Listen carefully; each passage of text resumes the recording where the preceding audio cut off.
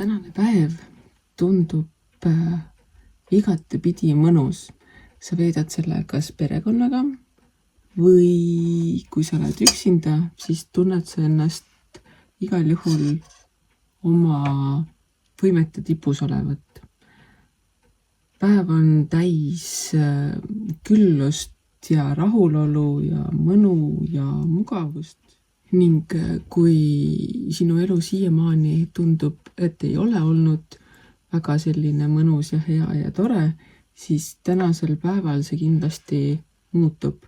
Kõik, mis on läinud kehvasti, hakkab nüüd minema paremuse poole, sest õnneratas toob õnne selles mõttes, et ta muudab sinu elu trajektoori natukene.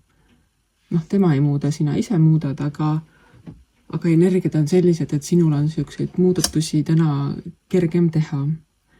Ja teisest küljest on väga oluline pöörata tähelepanu ka sellele, et mida sina arvad endast maha jätvat, sinu nii-öelda pärimus, mida sina oma lastele pärandad. Ja lapsed ei pruugi siin tähendada otseselt ja päriselt füüsilisi sinu enda lapsi, vaid üleüldiselt järgnevaid põlvkondi, kes tulevad peale meid.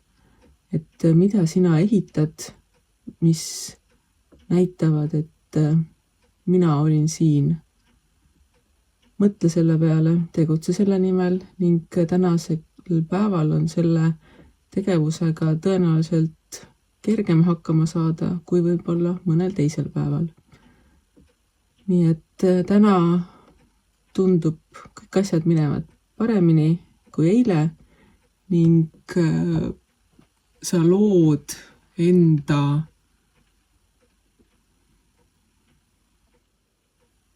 panust tulevastele põlvedele